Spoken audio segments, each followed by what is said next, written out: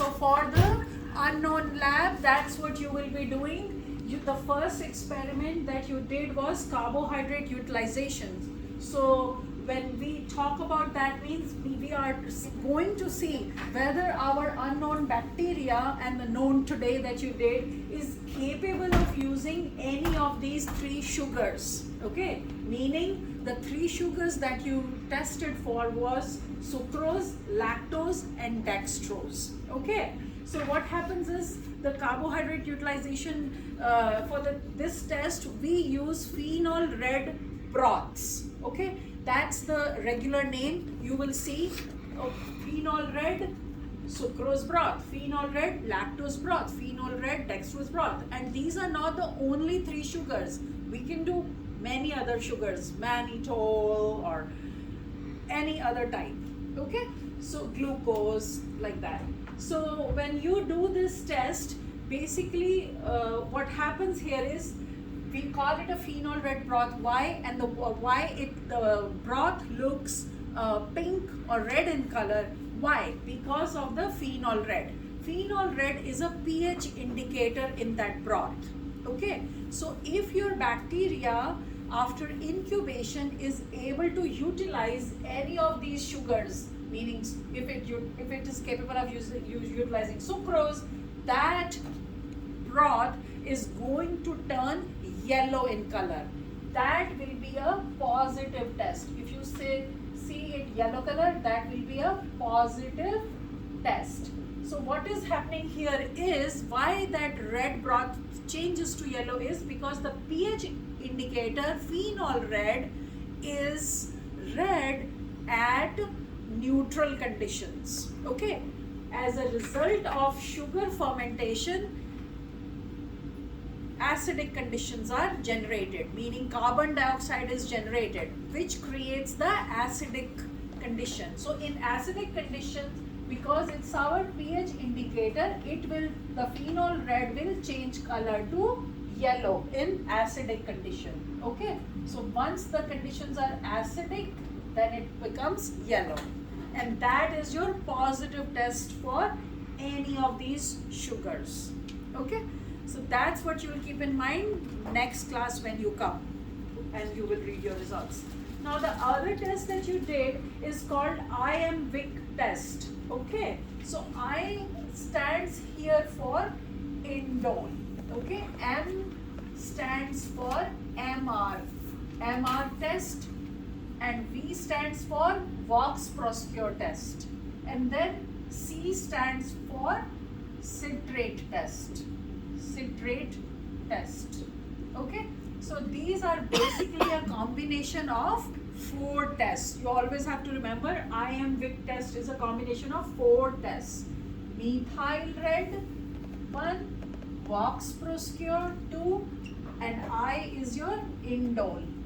Okay, so 3, and then your 4 is citrate test. Apart from this, as a part of Iambic test, we also do SIM test, which is a combination of 3 tests. Okay, S stands for hydrogen sulfide production. Okay, it's hydrogen sulfide, but we just choose to use this word. Okay, so 1, I stands for indole again. So indole that is here in Iambic test is basically tested in the SIM test.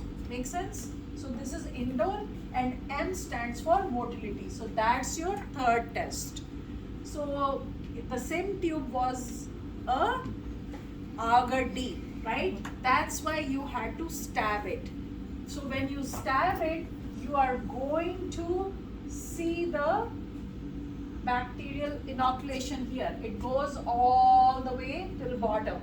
So if your bacteria is non-motile, it will stay only in this portion where it was inoculated. But let's say your bacteria has those little feet called flagella. Okay, then if you have feet, you will move, right?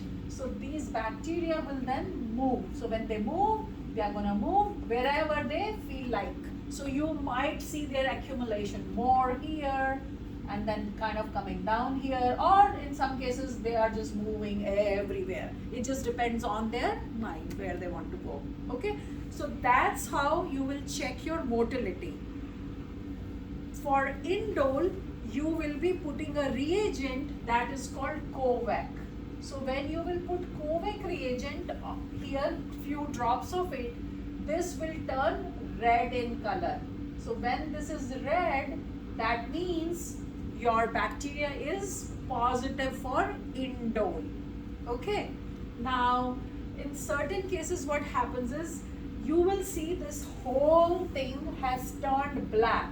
When it turns black, that means it has produced hydrogen sulfide gas. So, in such cases, it will be very hard to read the motility. Okay? But other than that, this is a very good test. It can clearly tell you whether it is positive for hydrogen sulfide gas or it is positive for indole after putting the Covax reagent. Okay? Or it can, if it hasn't turned black, then it can very well show you the motility of the organism. Make sense? Yeah. Can all three happen? Pardon me? Can all three happen? Right? So MR is the methyl red test. Methyl red is also a pH indicator. Okay? So methyl red test is usually used for bacteria that are called mixed acid fermenters. Okay? So what they do is they use glucose and they can ferment it into, when fermentation happens, there is a production of different types of acids. Okay? Not just carbon dioxide but also different types of acids. So those acids can be like propionic acid, acetone, or lactic acid, or formic acid, and carbon dioxide. So all these, so don't think that only carbon dioxide is a product of fermentation. Okay, so that's why they are called mixed acid fermenters, because they can produce different acids and they can live in it. So the methyl red reagent usually, when you put that reagent, it is the pH indicator, it will make it red. So the red color is a sign of positive methyl red test.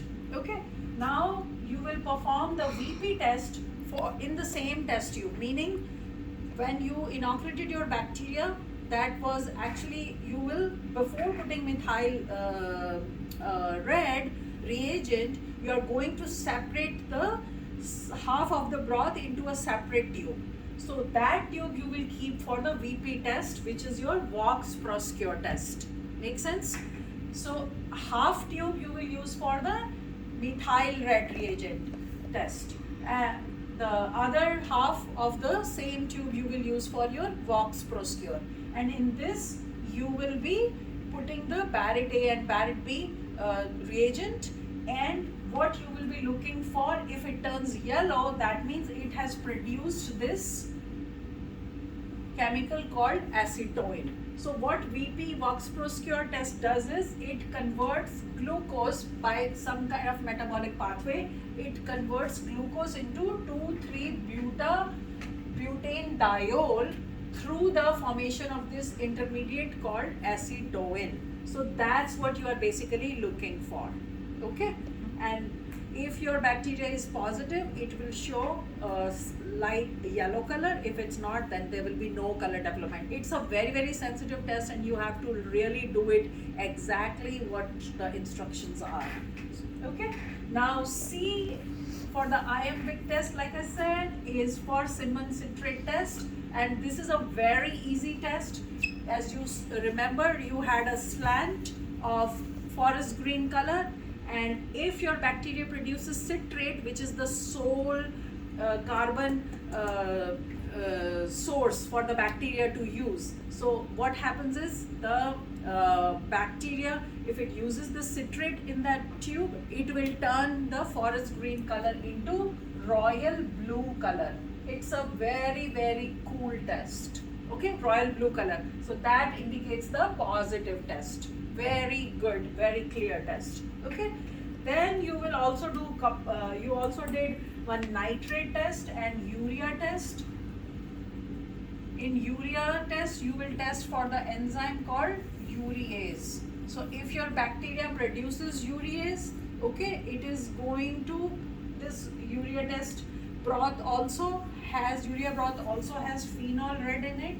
So as a result of production of ammonia, okay, in this is kind of opposite to the carbohydrate utilization test. Okay, if the ammonia gas is produced, ammonia is what, a basic alkaline gas. Okay, if that is produced, what happens is phenol red changes color to magenta. Your book says it's magenta, some people also say hot pink color. Either way, it is the same thing. So instead of phenol red changing to yellow like it changed here because of the production of acid, right? Here, because we have basic condition, meaning alkaline conditions. Okay, because of those alkaline conditions, it will convert into magenta or hot pink color. Makes sense? So it's a very cool test. We will talk more about the nitrate test. Basically, nitrate test tests the ability of the bacteria whether it can convert nitrate into nitrogen gas or nitrite or ammonia. These are the three scenarios that can happen here. Now, okay. Now you also have some hydrolysis tests. On those hydrolysis tests, you are going to see these are the caseinase, casein. Milk agar will test for the protein called casein that is present in milk. So if your bacteria produces this enzyme called caseinase, okay, this is a exoenzyme. So these hydrolysis tests actually determine the exoenzymes. So if your bacteria, exoenzymes means these are the enzymes that are secreted outside the bacterial cell into the media. Okay, so that's why if you have the milk agar, meaning milk agar will have the protein called casein in it. If your bacteria has the ability to produce this enzyme called caseinase, okay, it will break down the milk protein casein. Okay, and what will happen is wherever you inoculated your bacteria, it will show you a clearing zone, a halo. You will see against the light, it will be very, very pronounced. You can see a halo, a clearing zone around the bacterial growth. That means your bacteria produce this enzyme caseinase and the protein casein was broken down. Okay. Now you also have lipid hydrolysis where you have the tributylene agar. Here we are testing the bacterial's capability to produce the enzyme lipase. Okay, so in lipase what happens is the bacteria is, if your bacteria again produces the enzyme lipase, it is going to break down the tributylene, which is a form of lipid present in the media. Okay, and again you will see a clearing zone around it, around the bacteria. Okay, then you have starch plates where you will test for your bacteria's ability to produce the enzyme called amylase.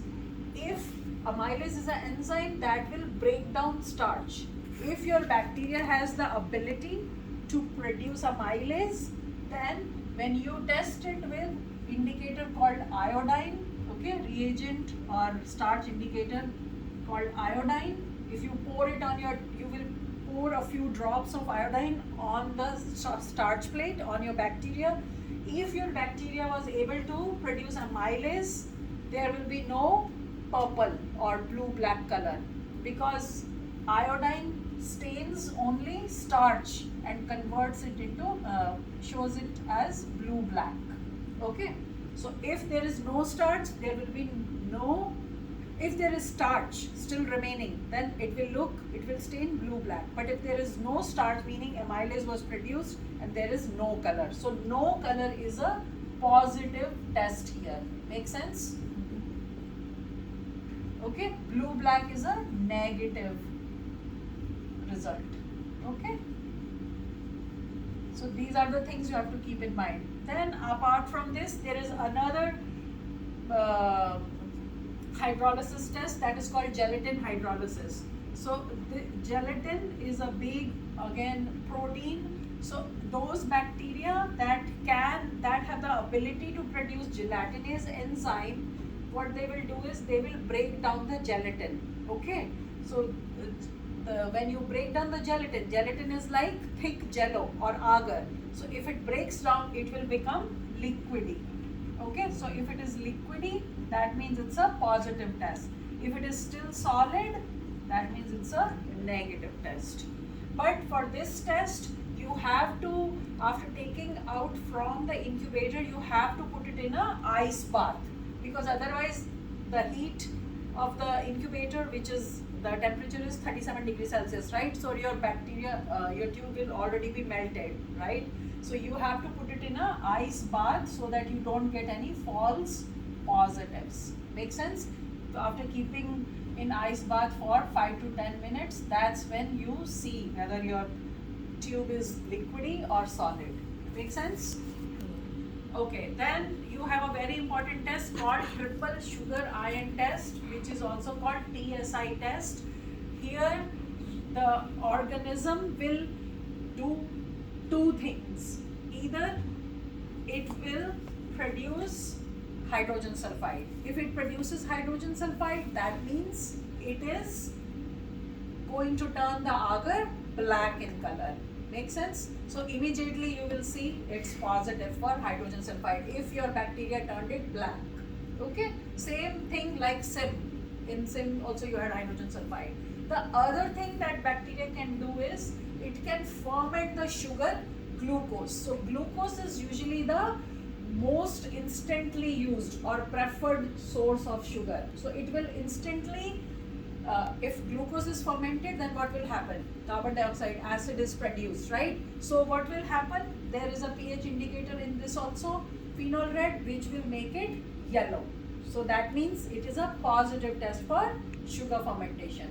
But sometimes what happens is the glucose is not available in the media. So in this media we also have lactose and also have sucrose. So if the bacteria, if glucose is not available for some reason, then if the bacteria has the enzyme for lactose or sucrose, then it can catalyze them also, depending on which enzyme it has. If it has sucrase, it will metabolize sucrose. If it has lactase, it will metabolize lactose. So either way, your any of this sugar, if it is catalyzed, broken down, right, acid will be produced and carbon dioxide will be produced and it will show a yellow color. If in some cases these enzymes called lactase or sucrase are not available, then it will, what will happen, this the protein will get catabolized, and because of that your agar will look pink and red, and that will be represented as K. K means protein catabolism. Okay, that's kind of deamination will happen, basic condition will set in. Okay, and so the phenol red will go back to the magenta color or reddish color. Make sense? But normally you will look either for A or K or black color. These are the three things we'll be looking for. Okay, and that ends this little review for the unknown.